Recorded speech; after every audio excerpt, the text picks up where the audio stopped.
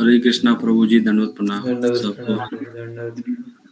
हरे कृष्ण सतीश प्रभु। हरे कृष्ण प्रभु जी, दंडवत प्रणाम। दंडवत। हरे कृष्ण प्रणाम। हरे कृष्णा प्रभु। हरे कृष्ण। हरे कृष्ण कुंदन धनन शरी विमल विमल जी। हरे कृष्ण। हरे कृष्ण अभिनव पीयूष। हरे कृष्ण अरविंद प्रभु। हरे Krishna. So we'll start Bhagavad Gita.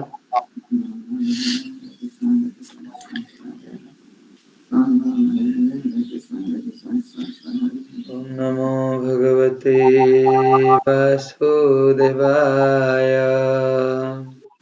ओम नमो भगवते Om Namo Bhagavate Vasudevaya. ओम नमो Om Namo Bhagavate Vasudevaya. ओम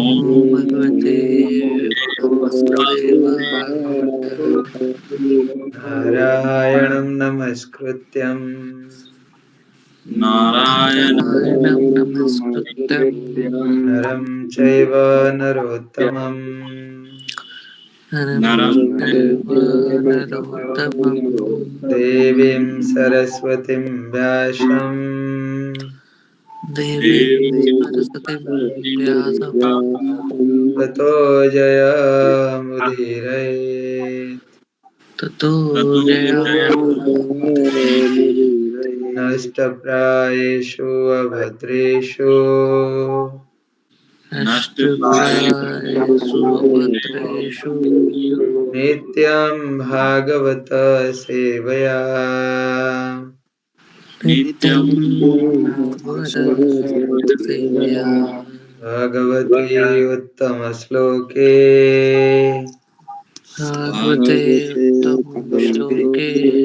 भक्तिर्भवती नैष्ठिकी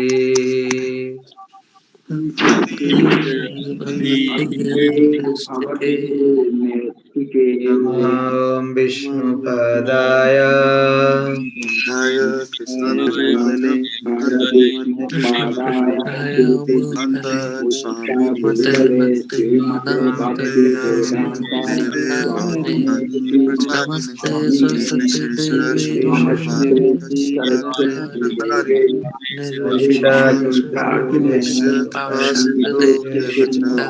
पतितानां पावनेभ्यो वैष्णवेभ्यो नमो नमः। जय श्री कृष्ण चैतन्य नित्यानंद श्री अद्वैत गदाधर श्रीवासादि गौरभक्त जय श्री कृष्ण हरे चैतन्य कृष्णा कृष्णा कृष्णा हरे हरे हरे राम राम राम हरे हरे हरे राम हरे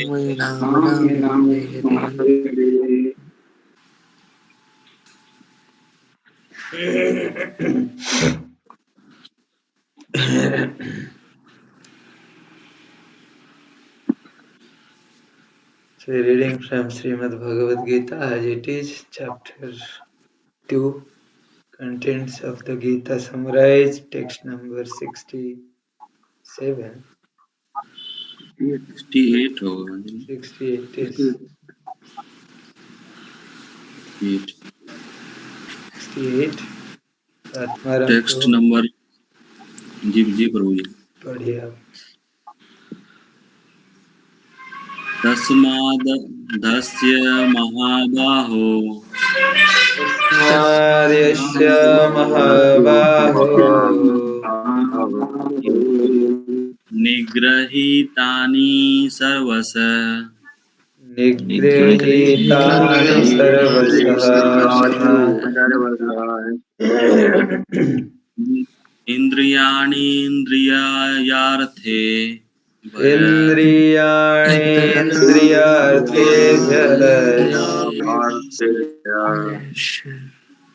तस्य प्रज्ञा प्रतिष्ठिता तस्य प्रज्ञा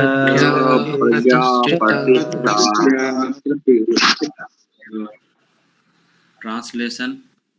Therefore, O mighty armed one whose senses are restrained from their objects is certainly of steady intelligence. Purport.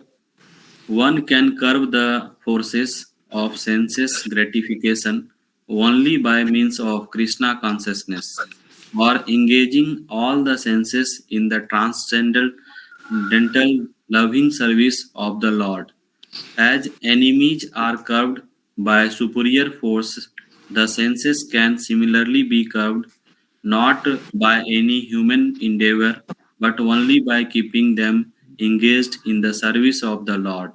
One who has understood this, that only by Krishna consciousness is one really established in intelligence, and that one should practice this art under the guidance of a bona fide spiritual master is called a sadhak, or a suitable candidate for liberation.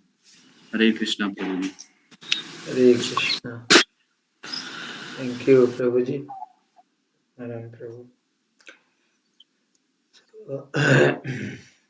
कल हम लोग चर्चा कर रहे थे कि हमारे जो सेंसेस है, रोमिंग सेंसेस, जो इंद्रियां हैं, बहुत ही स्ट्रांग है। जैसे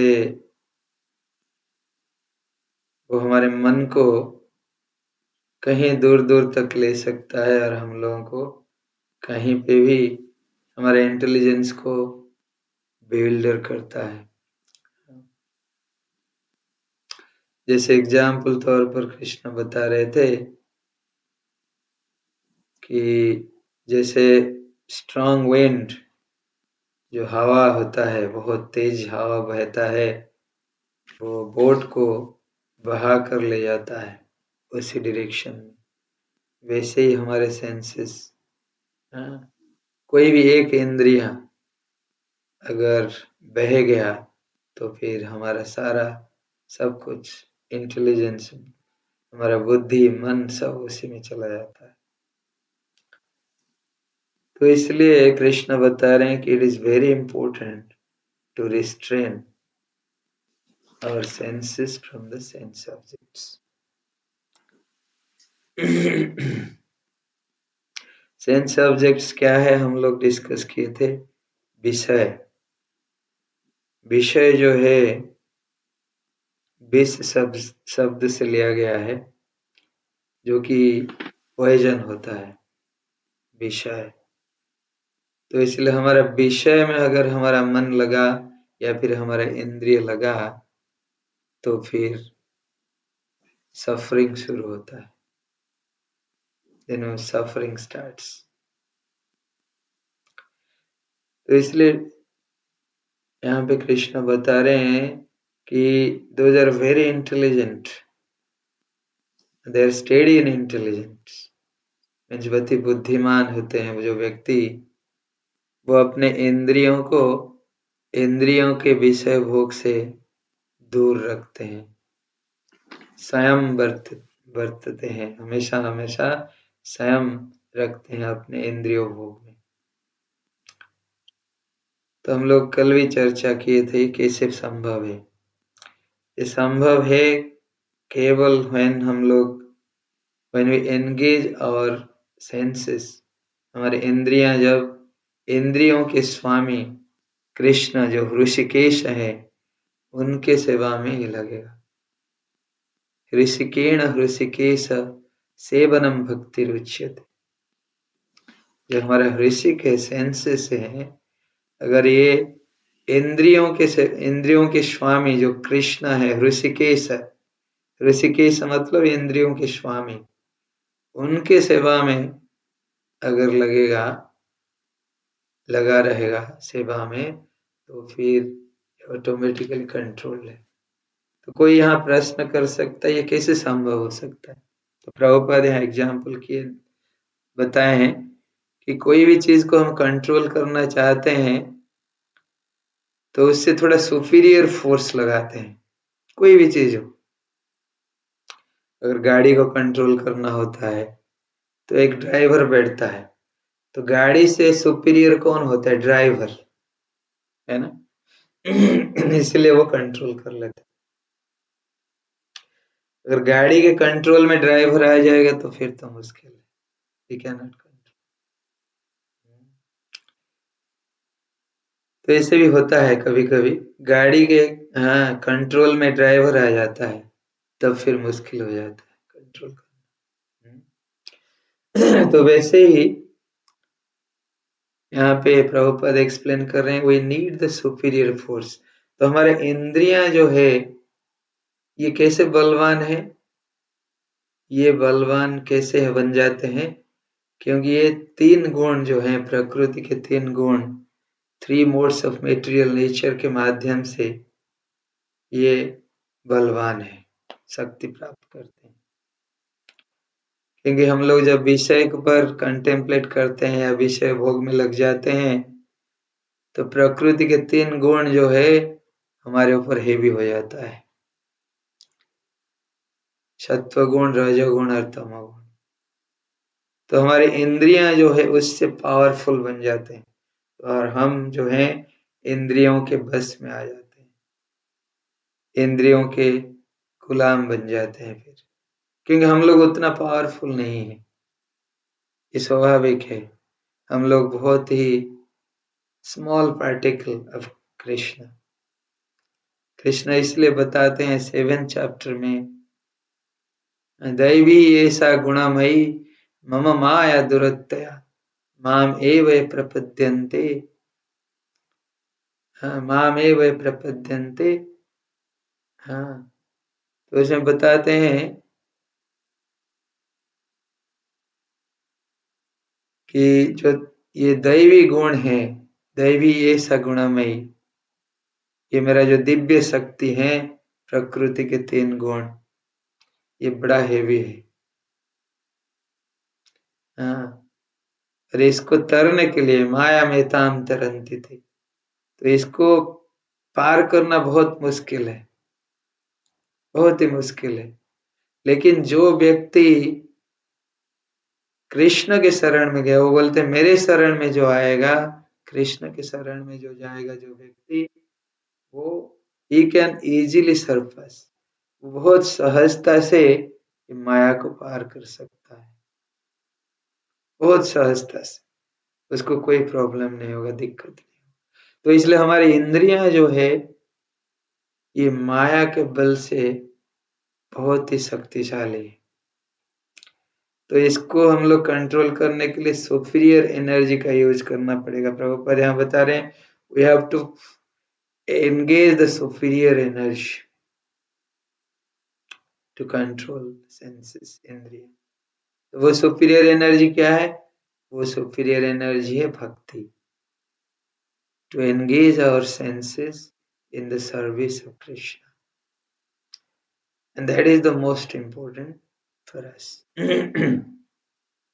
When we engage our senses in the service of Krishna, it will be automatically controlled.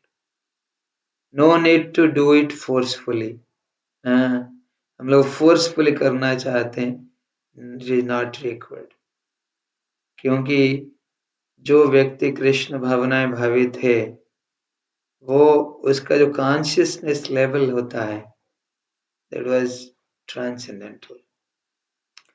और ट्रांसेंडेंटल कॉन्शियसनेस में जो भी वो परसीव करेगा इस संसार से, इस दुनिया से, इवन आप उनके सामने कोई भी विषय वस्तु भी रख दें, कोई विषय चीज रख दें, विषय का जो सेंस ऑब्जेक्ट उनके सामने भी रख दें, तब भी वो डगमगाएगा नहीं, क्योंकि वो जानते हैं everything belongs to Krishna and everything should be used in the service of Krishna. Nothing is for my enjoyment. And this training is essential for all of us. हम लोगों के लिए बहुत जरूरी है ट्रेनिंग, एंड ये जो प्रैक्टिस है, ये ट्रेनिंग है, केवल संभव है, प्रभुपाद बता रहे हैं, only by the bona fide spiritual master, जो गुरु परंपरा से आए हैं, जो स्पिरिचुअल मास्टर, उन्हीं के माध्यम से हम लोग ये संभव प्राप्त कर सकते हैं। गुरु परंपरा हमारे 4 बताया गया है शास्त्रों में। क्या क्या गुरु परंपरा है? श्री संप्रदाय, और क्या है? रुद्र संप्रदाय, ब्रह्म संप्रदाय और कुमार संप्रदाय। और ये 4 संप्रदाय में से जो भी व्यक्ति गुरु एक्सेप्ट करते हैं, they are bona fide. Other than these 4 संप्रदाय, we should not accept a guru. फिर हम लोग आजकल देखते हैं बहुत ही व्यक्ति ढोंग गुरु बन जाते हैं और हम लोगों को चीटिंग करते हैं। They cheat us. Simply they try to cheat us. बहुत प्रकार के मैजिक दिखाते हैं, कभी ये करते हैं, कभी वो करते हैं। इसलिए हम लोगों को देखना चाहिए, हम जिसको गुरु मानते हैं या फिर गुरु बनाने जा रहे हैं, वो हमारे ये 4 संप्रदाय से बिलोंग करते हैं कि नहीं। नहीं करते हैं तो वी शुड नॉट एक्सेप्ट। और ये 4 संप्रदाय बहुत बोनाफाइड स्पिरिचुअल मास्टर होते हैं। They are bona fide because they accept the instruction as it is from Krishna।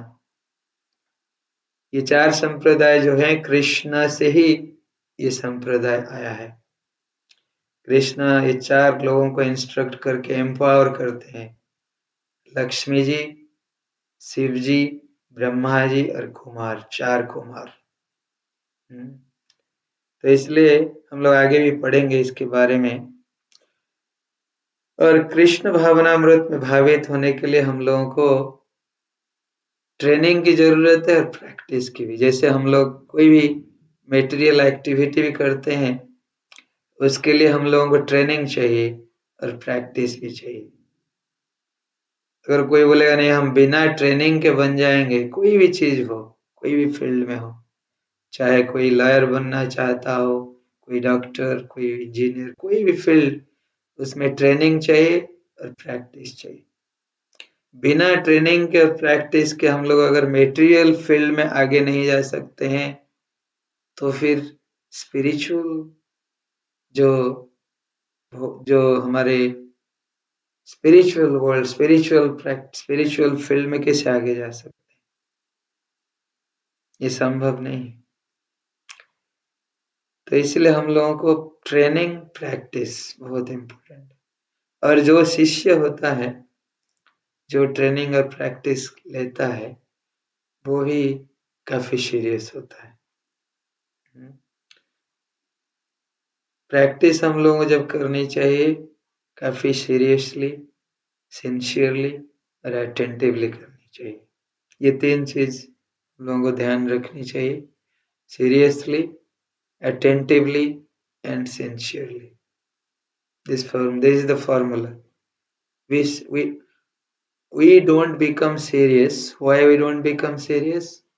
हम लोग इसीलिए सीरियस नहीं होते हैं क्योंकि हम लोग इसको लाइटली क्यों लेते हैं? क्योंकि हम लोग अभी तक समझे नहीं कि ये जीवन क्या है। इस मनुष्य जीवन जो है क्या है, और इसको हम ऐसे ही गवा देते हैं। हाँ, हम सोचते हैं हाँ ऐसे ही चलता है, कोई प्रॉब्लम नहीं, हाँ अच्छे तो हैं, सब कुछ ठीक ठाक है, कोई प्रॉब्लम नहीं। लेकिन इस भव संसार में कोई भी, किसी को भी हम देखते हैं, कोई भी सुखी नहीं है, सब लोग दुखी हैं। Everywhere suffering. केवल देखेंगे हम लोग जो कृष्ण कॉन्शियसनेस में भावित व्यक्ति हैं, कृष्ण कॉन्शियस पर्सनालिटीज हैं, दे आर ऑलवेज हैप्पी। चाहे कितना बड़ा कैलामिटी आ जाए, कितना कुछ हो जाए, दे रिमेन ऑलवेज हैप्पी, क्योंकि they know everything, they see the things as it is. हम लोगों के पास वो चक्षु नहीं है देखने के लिए। हम लोग जो देखते हैं हमारे कंटामिनेटेड सेंसेस के माध्यम से, कंटामिनेटेड इंद्रियों के माध्यम से देखते हैं। तो इसलिए हम लोगों को प्रैक्टिस जितना हम लोग करेंगे अच्छी तरह से, seriously, attentively and sincerely, and will progress much better always। पर हम लोगों को थोड़ा सा टाइम तो देना पड़ेगा। बिना टाइम के किसी चीज को अचीव करना मुश्किल है। कोई भी फील्ड हो, चाहे मटेरियल फील्ड हो या स्पिरिचुअल फील्ड हो, इसलिए हम लोगों को थोड़ा सा टाइम इन्वेस्ट करना बहुत जरूरी है। It is very important because time is the wealth. हम लोग ऐसे ही कितने समय बर्बाद कर देते हैं, कभी गप्पा मारकर, कभी इधर उधर घूमकर, कभी फेसबुक में, जैसे कल बता रहे थे आत्माराम प्रभु, फेसबुक में ही हम लोग ज्यादा टाइम वेस्ट करते हैं। All these networking medias, they're actually hampering our society because these are not utilized properly। Prabhupada mentions everything we can utilize in Krishna's service properly, but when it is misused, so therefore it is all about consciousness, हमारा चेतना कितना आगे है उतना हम लोग, क्योंकि transcendental जो transcendence होता है वो हम लोग कहीं भी अचीव कर सकते हैं, कहीं भी, चाहे नर्क लोक में हो, स्वर्ग लोक में हो, मर्त्य लोक में। ये ट्रांसेंडेंस की प्राप्ति केवल हमारे चेतना के माध्यम से होता है। हमारा चेतना कैसे है?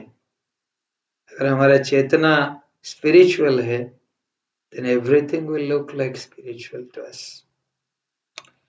If our consciousness is material, degraded, material means my consciousness is to enjoy my senses, then everything becomes material for me. Then suffering starts. Everything is all about consciousness. जब प्रभुपाद ने एक बुक लिखा था, कॉन्शियसनेस द मिसिंग लिंक, वो book है, अभी मिलता है मंदिरों में हमारे। बहुत सारे बुक्स प्रभुपाद ऐसे लिख के गए हैं, बहुत बड़े अच्छे अच्छे थीम पर। Consciousness the missing link, actually consciousness ही वो लिंक है जो हमको स्पिरिचुअल वर्ल्ड से जोड़ सकता है, जो हमको कृष्ण के, जो हमारा कॉन्स्टिट्यूशनल पोजीशन उसको ही दिला सकता है। और वो लिंक जो है अभी मिस्ड है, मिसिंग लिंक। जैसे हम लोग घर पर बैठ के टेलीविजन देखते हैं, ठीक है, देख रहे हैं टेलीविजन, तो दिल्ली में कोई प्रोग्राम चल रहा है, जैसे रिपब्लिक डे चल रहा है, वहां पे हम लोग घर पे बैठ के बड़ा स्क्रीन में बैठ के देख रहे हैं, and we are so observed, we feel like we are in Delhi. हमारा कॉन्शियसनेस, हमारा चेतना ऐसे ऑब्जर्व्ड है, अगर ऑब्जर्व हो गया उसमें, we feel like we are in Delhi, suddenly the link is missed. हाँ, कुछ सिग्नल प्रॉब्लम हो गया, then you are here. So this is the link. So हमारा consciousness का जो link है, that will connect us everywhere to us. हमारा consciousness जैसे होगा, हमारा link भी वैसे ही होगा. Our link will be like that. So therefore we have to improve ourselves in evolving our consciousness. हमारा चेतना को, and this is the fundamental aspect of everything. Consciousness. इसीलिए प्रभुपाद बोलते हैं Krishna consciousness. Why he gave the name of this society international society for Krishna consciousness, क्योंकि जो Krishna consciousness होने से ही हमारा लिंक जो है वो कनेक्ट होता है कृष्ण से. This consciousness is the link which connects us everywhere. If our consciousness is degraded, material, we want to enjoy the senses with sense objects, then it is degraded. We don't feel good after enjoyment, then suffering starts. But with the same consciousness, if we are engaging our senses in the service of Krishna, then we feel transcendental pleasure. So therefore it is very important to evolve our consciousness. And consciousness is the medium through which we get different type of bodies. We have already read this. We'll read also again in the 8th chapter of Bhagavad Gita. चेतना के माध्यम से ही हम different शरीर को प्राप्त करते हैं. हमारा चेतना जैसे ही होता है उसी हिसाब से हमको शरीर प्राप्त होता है. हमारा चेतना अगर एक डॉग के जैसे है, डॉग का शरीर प्राप्त होगा. तो ये चेतना जो है ये बहुत ही फंडामेंटल है. कॉन्शियसनेस जो है फंडामेंटल चीज है, इसको हमको समझनी चाहिए. And we have to purify our consciousness, we have to evolve our consciousness to link it with Krishna, with the spiritual world. This is very important. Therefore, we can make everywhere the spiritual world. Like हम लोग कुछ devotee अगर मिलेंगे, कहीं भी जाएंगे तो spiritual world बना सकते। It all depends upon consciousness. सबकी चेतना अगर कृष्ण भावना में भावित होगा, that place will become spiritual. तो इसलिए प्रभुपाद इसलिए कहीं भी गए हैं उस जगह को धाम बना चुके हैं प्रभुपाद। अभी भी अमेरिका में कई जगह पे प्रभुपाद जहाँ पे अपना लीला किए थे उस जगह को भी धाम माना जाता है। बहुत डिवोटी जाते हैं, वहां पे बैठ के जप करते हैं और वहां पे मंदिरों का प्रतिष्ठा हो रही है। तो इसलिए बहुत ही इम्पोर्टेंट है। एक व्यक्ति का कॉन्शियसनेस, चेतना जो है, सब कुछ होता है। उसी को सुधारना हमारे लिए बहुत इम्पोर्टेंट। हरे कृष्ण। तो उसको सुधारने के लिए हमको 4 प्रिंसिपल फॉलो करना है। Already we know this. Association, A for association, B for book reading, C for chanting, D for diet। तो इसको हम लोगों को फॉलो करनी है और डिटेल में फिर चर्चा करेंगे। Hare Krishna. Thank you very much. Atmaram Prabhu, please continue. Hare Krishna Prabhu ji, दंडवत प्रणाम। हरे कृष्ण। प्रभु जी, आज के श्लोक में चर्चा हुआ कि हम जो है अपना मनुष्य अपना बुद्धि जो है कैसे स्थिर रख सकता है। तो इस श्लोक में चर्चा हुआ कि जो मनुष्य जो है अपने इंद्रियों को विषय भोग में ना लगा के जो है कि प्रभु की भक्ति में लगाता है, वह जो है अपने इंद्रियों को वश में कर पाता है। कि जैसे विषय का चर्चा हुआ कि विषय जो है विष शब्द से बना हुआ है, तो उसी के तरह जो है कि विष के तरह यह खतरनाक है।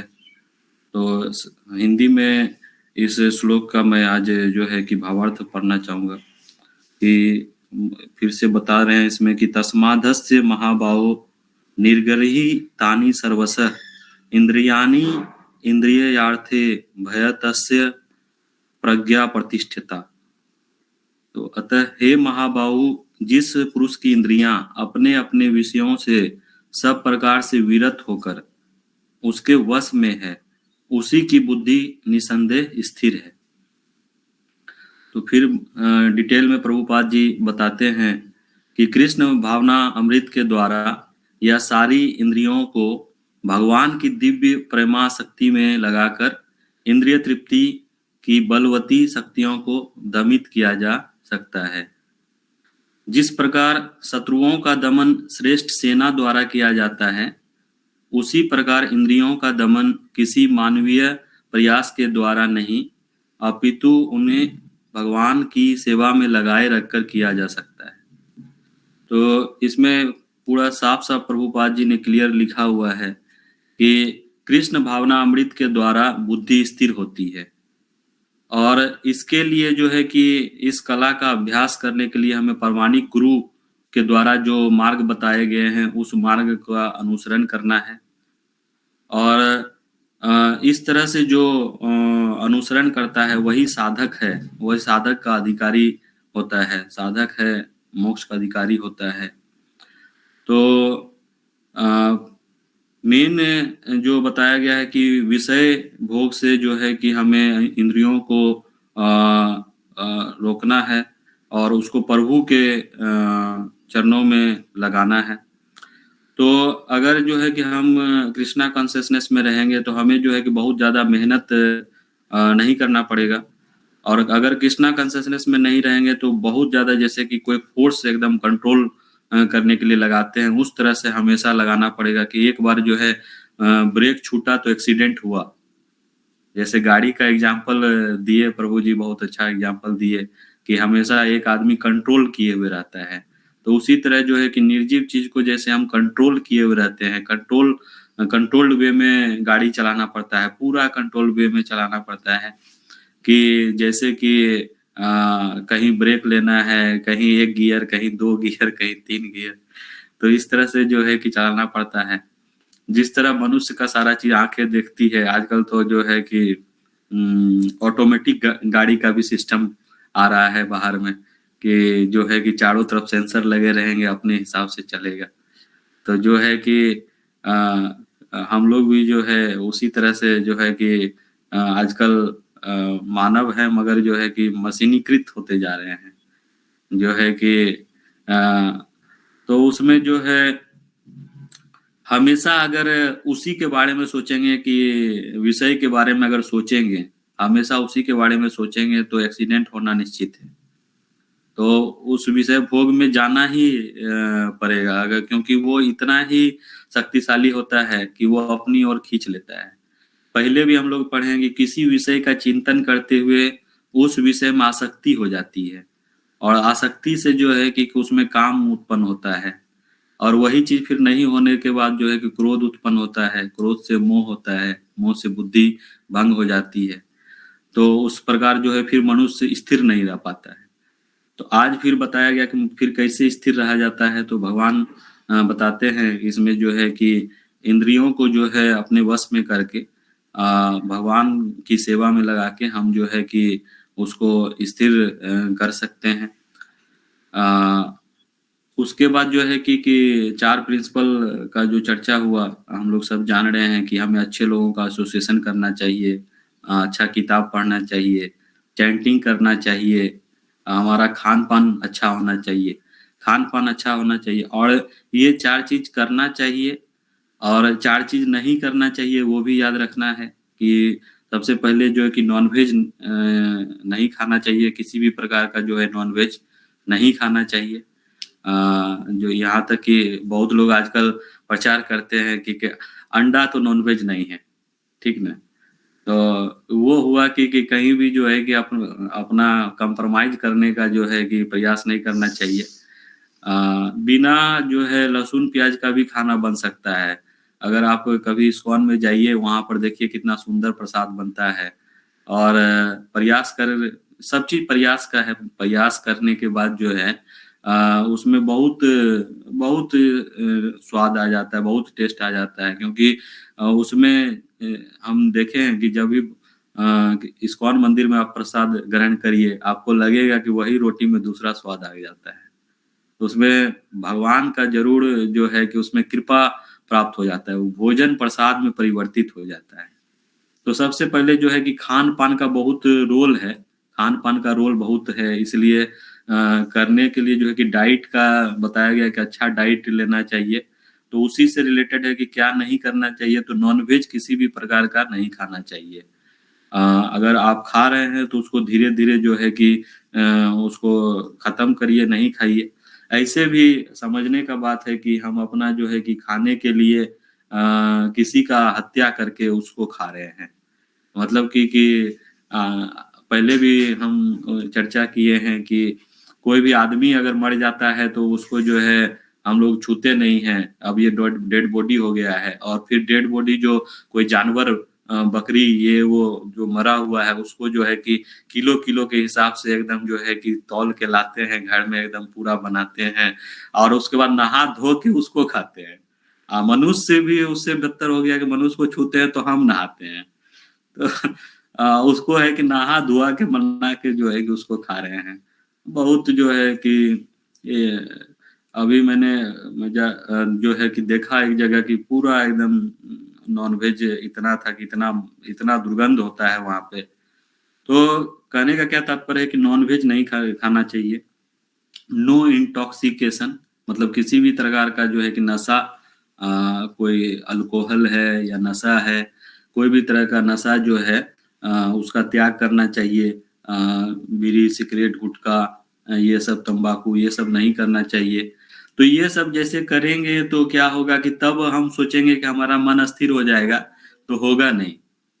मन वहाँ पे जाएगा ही जाएगा। अब इतना आदत हो जाता है, मैंने देखा है स्टूडेंट लाइफ में भी, कि सुबह उठेगा जब तक चाय और जो है कि एक सिगरेट नहीं पिएगा उसका कहता है कि मेरा दिमाग ही काम नहीं कर रहा है। ठीक ना? एक सिगरेट पी के आता हूँ मैं, तभी जो है जाके जो है मेरा दिमाग काम करता है और उसके बाद मैं पढ़ाई करता हूँ। सोचिए, एक छोटा-सा चीज़ के अधीन हो गया वो। सिगरेट नहीं मिलेगा तो उस दिन पढ़ाई नहीं होगा। आगे चल के वही कि बहुत जगह मैंने देखा है, 10 साल विद्यार्थी लाइफ में रहे तो वहाँ पे बहुत तरह के विद्यार्थी को देखे, और 10 साल पढ़ाए भी तो वहाँ भी बहुत विद्यार्थी को देखे। तो उसमें इतना हालत खराब हो जाता है, कोई-कोई तो कहता है कि अगर हम एक सिगरेट नहीं पिए तो हम तो मतलब जो है कि बाथरूम भी नहीं जा पाएँगे। ठीक ना? तो एकदम पूरा अधीन हो जाता है। तो इसलिए हमें चीज़ों का अधीन नहीं होना है। तो इसलिए जो है कि नो इंटॉक्सिकेशन, इस किसी भी तरह का ये नहीं करना है। नो गैम्बलिंग, कोई भी तरह का जो है कि गैम्बलिंग चाहते हैं, कि गैम्बलिंग वही करता है कि जो चाहता है कि बिना कोई मेहनत किए सब कुछ मिल जाए। बिना मेहनत के सब कुछ मिल जाए, और पता चलता है कई बार कि जो है वो भी गँवा दिए। तो जो है कि गैम्बलिंग से दूर रहना चाहिए। ये 3 चीज़ है, और चौथा है कि नो इलिसिट सेक्स। तो जो है कि पूरा दुनिया आजकल जो है यही लगा हुआ है। आप कितना भी सीरियल देख लीजिए, आजकल मैक्सिमम सीरियल, मैक्सिमम फ़िल्म इसमें यही हो रहा है कि कोई किसी के गर्लफ्रेंड को घुमा रहा है, कोई किसी के बॉयफ्रेंड को घुमा रहा है। इससे जो खुश नहीं है, डिवोर्स केसेस बढ़ रहे हैं, ठीक ना? आजकल जो है अगर कोर्ट कचहरी में भी देखें तो 90% से ज़्यादा जो है को डिवोर्स केसेस और ज़मीन का केसेस आज भी है। तो और जो है लोग दुखी होके, मान लीजिए किसी का ज़मीन कोई हड़प लेता है, तो पहले बोलते थे कुछ इस तरह से जड़-जोरू इस तरह से करके, वो पुराना जो लड़ाई था, महाभारत भी उस समय भी वही लड़ाई था कि ज़मीन दूसरा का हड़प लिए। आज भी वही लड़ाई कंटिन्यू है कि लोग अपना जो सामान है उसमें सुखी नहीं है, और दूसरा का जो है सामान उसको लेके सुखी होना चाहता है। तो ये जो है जब जब हम बिना कोई कमाए, बिना मेहनत किए दूसरों का वस्तु जब भी लेना चाहते हैं, तो वहीं पर महाभारत शुरू होता है। हर उस जगह पे महाभारत है जब जहाँ पर हम दूसरों का चीज़ लेना चाहें। तो पहले हमने श्लोक में या गीता में डिस्कस भी किया है कि आजकल लोग क्या हो जाते हैं कि अपने सुख से उतना जो है कि सुखी नहीं हो पाता है, जितना कि दूसरे के दुख से सुखी हो जाता है। दूसरा दुखी है तो सुखी है, और दूसरा सुखी है तो अपना जो है कि दुख हो जाता है, अरे वो इतना सुखी है। तो इस तरह से जो है कि कंपेयर करने की भावना भी नहीं होनी चाहिए। तो जो मिला है हमें हमेशा प्रभु को धन्यवाद देना चाहिए कि जितना मिला है उतना काफ़ी है। तो इस तरह का जब हम लोग प्रैक्टिस करेंगे कि no non veg, no intoxication, no gambling, no illicit sex, तो इस तरह ये चीज़ें जो है हमें विषय भोग में भटकने से बचाएगी, सपोर्ट करेगी कि हम विषय में नहीं भोग में नहीं जाएँगे, और अच्छा एसोसिएशन करेंगे। कम से कम सुबह-सुबह भी 1 घंटा एसोसिएशन भी होता है, तो कम से कम जैसे मोबाइल को 1 घंटा चार्ज करते हैं, तो इसी तरह हम लोग अपना बॉडी को भी 1 घंटा चार्ज करें। जो है बॉडी को तो चार्ज करते ही हैं दिन-रात, मगर बॉडी के अंदर जो आत्मा है, उसको भी थोड़ा परमात्मा से कनेक्ट करेंगे, तभी जो है कि वो चार्ज रहेगा। नहीं तो अदरवाइज़ तो वो डेड बॉडी की तरह ही है। तो ये सब चीज़ जो है प्रभु जी थोड़ा-सा हमने सीखा कि किस प्रकार जो है कि हम अपने इंद्रियों को कंट्रोल में कर सकते हैं, और जब इंद्रियाँ कंट्रोल में होगी तो तभी हमारी बुद्धि स्थिर होगी। और ये एक अभ्यास का चीज़ है कि कितना भी कोई बोल ले, जैसे हम ही बोल लेते हैं, तो ऐसा मतलब नहीं है कि हम पूरा इंद्रियों को कंट्रोल किए हुए हैं। प्रैक्टिस करने का चीज़ है, धीरे-धीरे सब कुछ हो सकता है। होगा वही जिसके लिए हम कार्य करेंगे। जब हम उसके लिए समय नहीं देंगे, कार्य नहीं करेंगे, तो हम सोचेंगे कि अचानक से कि ये सब कुछ हो जाएगा, तो वो नहीं हो पाएगा। तो वो कहते हैं, कबीरदास का दोहा भी है कि धीरे-धीरे रे बना धीरे सब कुछ होए, माली सींचे 100 गरा ऋतु आए फल होए। तो जो है कि यही चीज़ है, हर चीज़ को हम जो है कि धीरे-धीरे कर सकते हैं। प्रभु भक्ति में धीरे-धीरे अपने मन, तन-मन को, धन को लगाएँ, तो तभी हम अपने बुद्धि को स्थिर कर सकते हैं। हरे कृष्णा प्रभु जी, दंडवत प्रणाम। हरे कृष्ण, दंडवत प्रणाम। Hare Krishna, thank you Prabhu, beautiful.